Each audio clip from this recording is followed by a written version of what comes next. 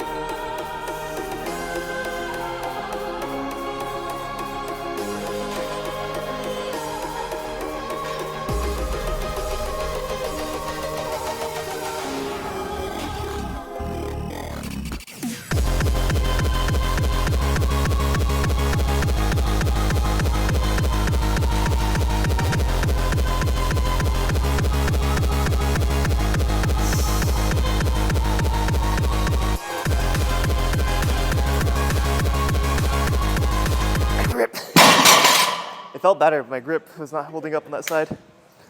Shit. So I absolutely ripped my hand open. Gonna have to strap up. You can't see that, can you? But I have to strap up for my singles. Felt better on the second one, but my left side, the grip just slipped. So I'm gonna have to learn to pull slack on the deadlift bar. Definitely on the first 700 I did, like just earlier. I think I threw myself off by trying to really pull slack and then get my hips lower, which ultimately just kind of ruined the lift. So it moved like shit and it kind of fried my back. But that's what these singles are gonna be for. Redemption.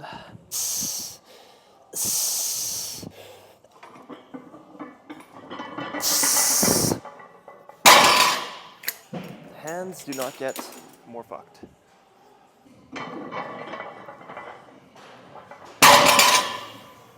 Yeah, felt better. Okay, we are moving on to close grip bend.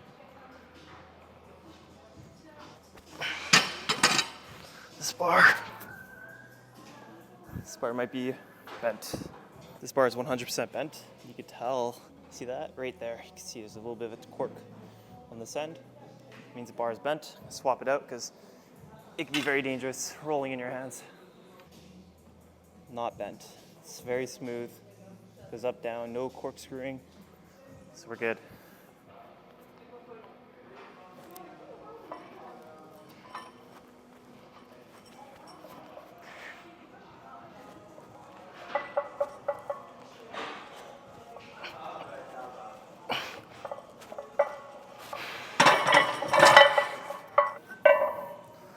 Not gonna lie, pretty fucking sore. Pretty sore from benching 2 days ago. So I took a break from doing 3 times a week bench frequency, which I'm definitely noticing a strength decrease and a recovery issue. Definitely my walkout right now is very pathetic, so I think going a little bit closer, developing the triceps will pay dividends on my bench because I'm pretty wide right now, so I think I have to take a couple fingers in so I can build on it. So if you ever plateau on a lift and you feel like you can't make progress, make changes to the weakest part, the weakest link in the chain. You'll get better without even having to do much different training.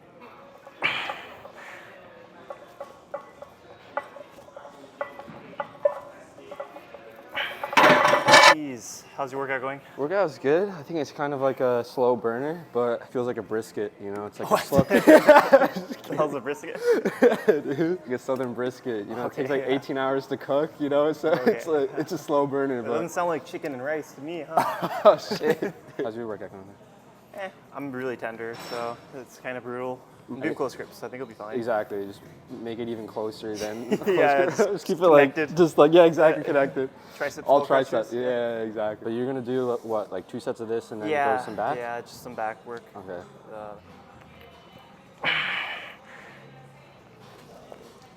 Easy.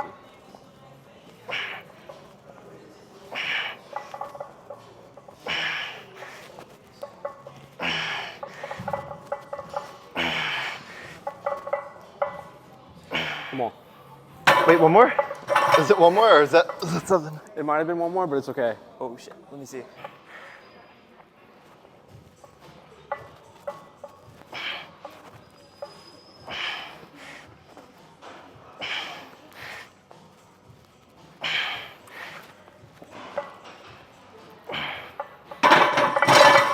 So definitely doing exercises after your compounds like this is not ideal because you go all out on your strength training, like the deadlifts, the bench. You'll be pretty fatigued, and when you try grind on movements that are also quote unquote compounds but are a little bit less unstable, like when you have less unstable movements, kind of like a machine movement, so offered with more stability, it's gonna be a lot easier to grind in the sense where if you do it fresh, you'll be good. After a workout, even something with less stability requirements, it's going to be difficult to do. So really, all I'm good for right now is like isolations, but we're still pushing for the hammer strength.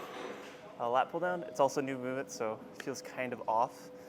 Regardless, you still gotta stick with the plan, even if it doesn't feel 100% all the time. So for a while I've been using Techno Gym equipment and it feels so different than Hammer Strength equipment. Obviously Hammer Strength is king. The leverages just feel way better for my body. Brands of different machine types make a big difference. Even if you're doing the same machine, the leverages are different based on how big the levers are.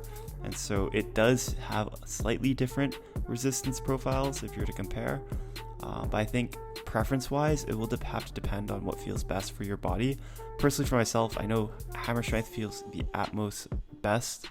I know Arsenal feels pretty crappy on me, and definitely Techno Gym is on the lower tier side. But Hammer Strength for me is like the godsend. Atlantis is decent. I like Atlantis a lot, but Hammer Strength is my number one preference of gym equipment brand. Another thing I've been experimenting with training is trying to do partials when I reach a state close to failure or at failure. Now, I'm not so sold on partials, but for smaller muscle groups, I think the small muscle will adapt anyways. It'll be easier to recover. So doing something like a partial is not that harmful. And I usually forget more than anything else, but I'm going to be experimenting with my training, some partial reps, at least for the smaller muscle groups, and then make my way to bigger muscle groups to see how the progress kind of flowers out.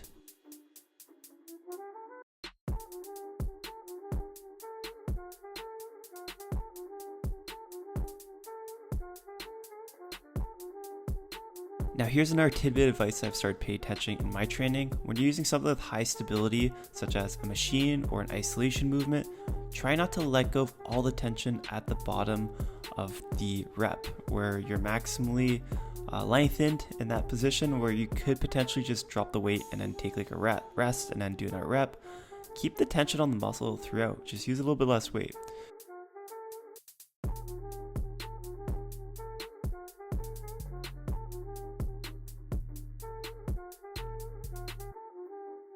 So I actually had a little bit left over on my workout plan, but I think I was entering junk volume territory.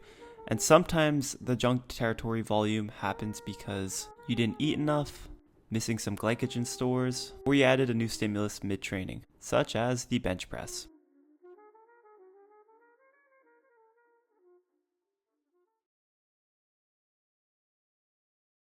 Now, just because you hit junk volume, it's not detrimental. You're not going to get rhabdo unless you really overdo it like Larry Wheels. Also, I just want to say thank you so much to everyone that used my support codes for Young LA Huge Supplements. It makes a very big difference. Not gonna lie, it's been pretty hard to grow recently on YouTube or social media in general.